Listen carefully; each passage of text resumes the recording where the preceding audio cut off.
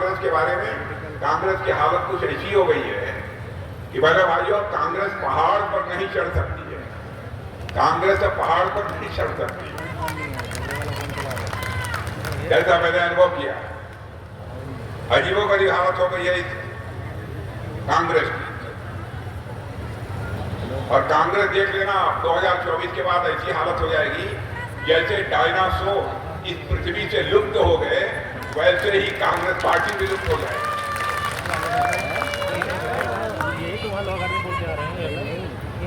और इस बार जैसा सारे हिंदुस्तान में माहौल है, जैसा माहौल सारे हिंदुस्तान में बहनों भाइयों, उसको देखते हुए तो मुझे लगता है कि कांग्रेस की हालत कुछ ऐसी हो जाएगी कि 10-5 वर्षों के बाद हमारे बच्चे जब कांग्रेस का आप नाम लेंगे तब पूछेंगे कौन कांग्रेस। यह स्थिति हो गई। और मैं तो कहना चाहता हूं, जैसे आजकल का टीवी शो बिग बॉस देखा है कि नहीं? नौजवानों ने देखा है बिग बॉस? आज कांग्रेस की हालत वही हो गई है।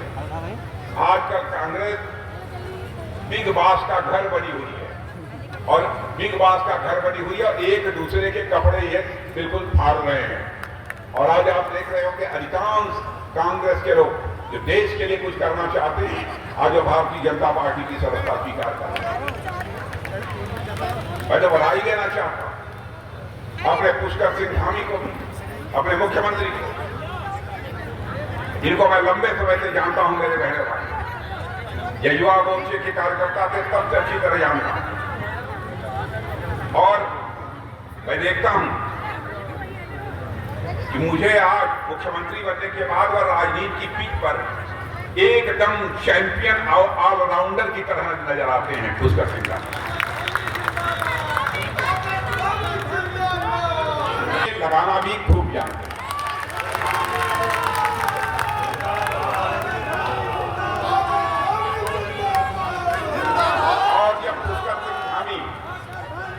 और जब पुष्कर सिंह धामी बॉलिंग करते हैं तो अच्छों के विकेट को उखाड़ देते हैं। विकेट उखाड़ देते हैं, फिर भी पूरी तरह से शांत रहते हैं। और हालत उन्होंने कर दिया है कि उत्तराखंड में सारी राजनीतिक पार्टियों को पुष्कर सिंह धामी ने आउट कर दिया है।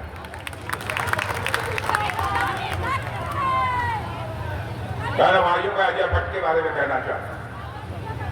अजय भट्ट को आज से नहीं, वर्षों से मैं जानता हूं, बहुत ही नजदीक से देखा। बहनों भाइयों, आपके नजदीक के हैं, आपके सांसद हों, आपको चाहे जैसा भी लगता है। रक्षा मंत्रालय का जितना बड़ा बजट होता है, किसी भी मंत्रालय का बजट इतना बड़ा नहीं होता। नाज है, और अजय भट्ट आपके सांसद हैं, आपने चुना है, इसलिए आपके ऊपर भी हमको नाज। मैं जानता हूं सांसद की, मैं जानता हूं सांसद से लोगों की बड़ी अपेक्षाएं रहती हैं। यह काम कर दे, वह काम कर दे, यह नहीं किया, वह नहीं किया। नाराजगी हो सकती है किसी बात पर। कोई भी सांसद हो, कोई विधायक हो, सबकी अपेक्षाओं को नहीं पूरा कर सकता। लेकिन विकास का काम तो किया है, कोई भी बन जाए, सबकी अपेक्षाओं को पूरा नहीं कर सकता। लेकिन आपका सांसद होने के नाते कम से कम भारत का कोई व्यक्ति उंगली उठाकर तो नहीं कह सकता कि आपके अजय भट्ट के ऊपर कोई भ्रष्टाचार की दाग लगी हुई है। यह कोई सामान्य उपलब्धि नहीं। और मैं आपको बताना चाहता हूं, हमारे अजय भट्ट जी के प्रति मेरा ही सम्मान का भाव नहीं है, बल्कि हमारे प्रधानमंत्री जी भी इनकी तारीफ करते हैं। बहनों भाइयों, हमारे प्रधानमंत्री जी अजय भट्ट की तारीफ।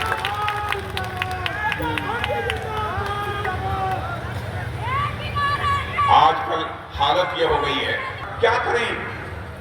हम दिल्ली के बैंकों से 100 पैसा नीचे भेजते हैं, लेकिन बात मुश्किल 14 पैसा लोगों की जेबों में पहुंच पाता है, 86 पैसा या भ्रष्टाचार की भेंट चल जाती है।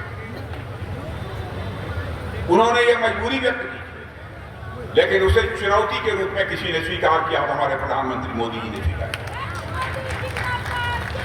उन्हें जनधन, आधार और मोबाइल की ऐसी त्रिमूर्ति बना दी बहनों भाइयों, ऐसी त्रिमूर्ति बना दी। जैम के माध्यम से आज दिल्ली के बैंकों से 100 पैसा निकलता है तो 100 का 100 पैसा आपकी जेब में पहुंचता है, एक पैसा भी भ्रष्टाचार की भेंट नहीं चढ़ने का। सिख धर्म के इतिहास से मैं अच्छी तरह परिचित हूं। भारत की में जितना बड़ा योगदान इस भारत की सुरक्षा में, भारत की धर्म की रक्षा में हमारे सिख समुदाय के भाइयों ने दिया है, बहनों भाइयों, यह भारत कभी भी भूल नहीं सकता।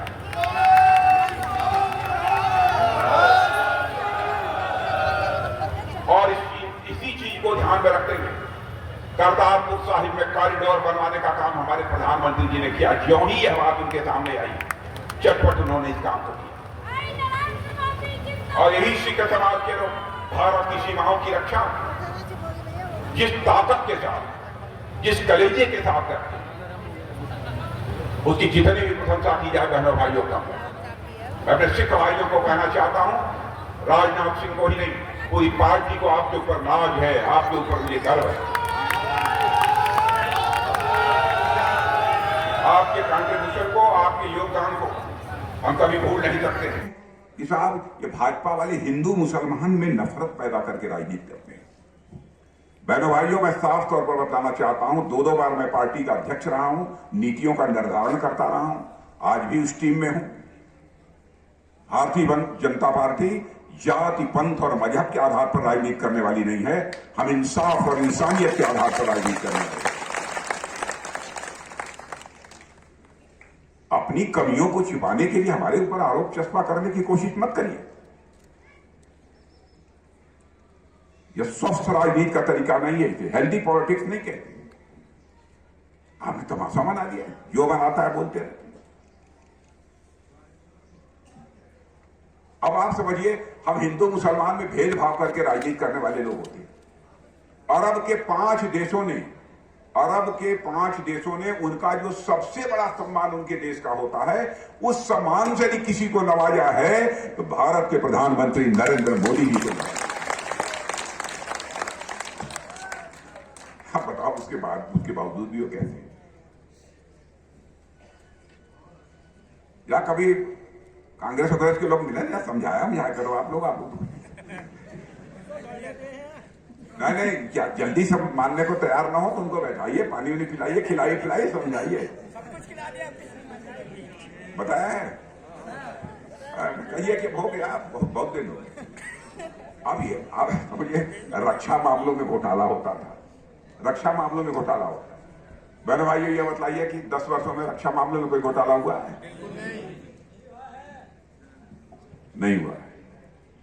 इनके मंत्रियों को जेल की हवा खानी पड़ी थी, मालूम है कि नहीं? कांग्रेस के हमारे यहां कोई जेल गया? किसी मंत्री पर आरोप लगा? अजय टमटा पर किसी मां के लाल ने कोई आरोप लगाने की हिम्मत कर पाई? यह है हमारा चिन्ह। और मैं बताना चाहता हूं, भ्रष्टाचार या भाषण देकर समाप्त नहीं होगा। सिस्टम में बदलाव लाना पड़ेगा, व्यवस्था में बदलाव लाना पड़ेगा। अब आप देखते हैं, जनधन, आधार और मोबाइल की ऐसी त्रिमूर्ति हमारे प्रधानमंत्री ने बना दी कि दिल्ली के बैंक से 100 पैसा चलता है और 100 का 100 पैसा आपके खाते में पहुंचता है। एक पैसा भी भ्रष्टाचार भेंट नहीं चढ़ने पाता। और राजीव गांधी जी जो थे, अब बेचारे भले आदमी थे, लेकिन वो यही कहे कि क्या करें, हम 100 पैसा बैंक से भेजते हैं दिल्ली से, लेकिन 86 पैसा बीच में ही लोग खा जाते हैं, 14 पैसा लोगों के पास पहुंच पाता है। तो इस चुनौती को हमारे प्रधानमंत्री ने स्वीकार किया। उन्होंने कहा, यह कैसे होगा? मैं देश का प्रधानमंत्री हूं, दिल्ली के बैंक से 100 पैसा निकलेगा तो 100 का 100 पैसा लाभार्थी की जेब में पहुंच। माताओं बहनों, शायद ही कोई एक परिवार नहीं होगा जिसमें कि गैस कनेक्शन ना हो। मैं सही कर रहा हूं, गलत कर रहा हूं, ताली मत बजाइए, सही है। अब 5 लाख रुपए का मुफ्त इलाज, अब देखिएगा आगे क्या होता है। गरीबों का 5 लाख रुपए तक का मुफ्त इलाज आयुष्मान भारत योजना के अंदर। घर घर में शौचालय बनना चाहिए, यह इस प्रधानमंत्री ने चिंता की। अब ये बहनें बैठी हैं, उनको कहना चाहिए चिंता मत करो, यही लोग नहीं। अब आपका भी भारत की संसद और विधानमंडलों में 33% का रिजर्वेशन हो गया है, आपको भी टिकट देना ही देना पड़ेगा। आपको भी टिकट देना ही पड़ेगा। अभी जो तैयारी करिए जरा।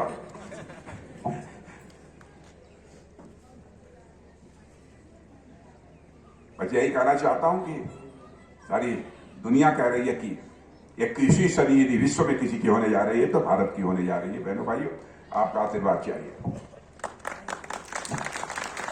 कांग्रेस का जहां तक प्रश्न है, कांग्रेस लुप्त होती जा रही है, लुप्त होती जा रही है। हमारे बच्चों ने, इन बच्चों ने पढ़ा हुआ डायनासोर का नाम सुना है?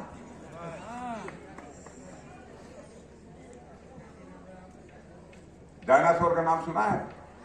कितने लोगों ने सुना है? डायनासोर देखा है? नहीं देखा है। जैसे इस धरती से डायनासोर लुप्त हो गया है, वैसे ही कांग्रेस अब लुप्त होती जा रही है। बुनियादी ढांचों का विकास कितनी तेजी के साथ हुआ है, क्या क्या सुविधाएं मिली हैं, आप मुझसे बेहतर जानते हैं, इसलिए मैं समय आपका जाया नहीं करूंगा बहुत लंबा बतला करके। हमारे पास सब नोटेड है, सब लिखा है। मैं बोलना शुरू करूंगा, 20-25 मिनट का समय उसी में चला जाएगा। मैं जानता हूं देर से बैठे हैं, नवरात्रि का पर्व है, महाशक्ति का पर्व है, इसलिए उसमें समय आपका जाया नहीं करूंगा। और मैं आपसे यही कहने आया हूं कि भारत का कद दुनिया में बहुत ऊंचा हो गया है। पहले भारत अंतर्राष्ट्रीय मंचों पर कुछ बोलता था तो लोग कहते थे भारत बोल रहा है, कमजोर देश है, हमारी बातों को कोई गंभीरता पूर्वक लेता नहीं था। लेकिन आज यदि भारत दुनिया के मंचों पर बोलता है तो सारी दुनिया कान खोलकर सुनती है कि भारत बोल क्या रहा है। यह भारत कैसे है। पहले भी हम लोग विदेशों में जाते रहे, हमारे बहुगुणा जी भी पहले विदेशों में जाते रहे।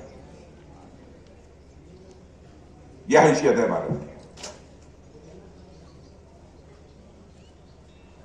तो ऐसी पार्टी की सरकार तो फिर से बननी चाहिए ना, कि नहीं बननी चाहिए? और एक कहानी नहीं है, सच्चाई है। ऐसा हुआ कि हमारे नेवी के, नौसेना के जो कुछ अधिकारी थे, रिटायर होने के बाद कतर में जाकर उन्होंने सर्विस कर ली किन्हीं कंपनियों में। कोई चीज हो गई होगी तो वहां की अदालत ने उठाकर हमारे उन सारे पूर्व नौसेना के अधिकारियों को फांसी की सजा दी। राणा भाई, और जानकारी मुझे प्राप्त हुई, हमारे प्रधानमंत्री से बात हुई, प्रधानमंत्री जी ने करिश्मा कर दिया। उन्होंने थोड़ा विचार करने के बाद कहा, राजनाथ जी इस पर कुछ किया जाएगा। हर के बावजूद हमारे ही है ना।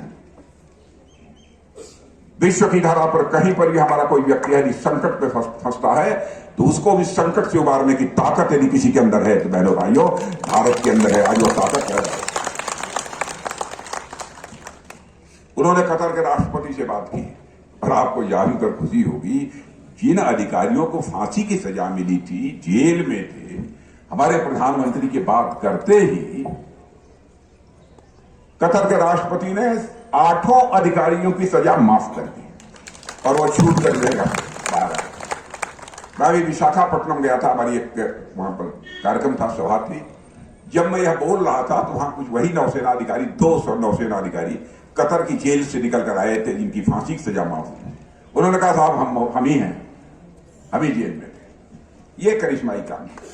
अगर आप ये वीडियो YouTube पर देख रहे हैं तो हमारे चैनल को सब्सक्राइब करें और बेल आइकन को दबाना ना भूलें। अगर आप Facebook पर ये वीडियो देख रहे हैं तो हमारे पेज को लाइक करें।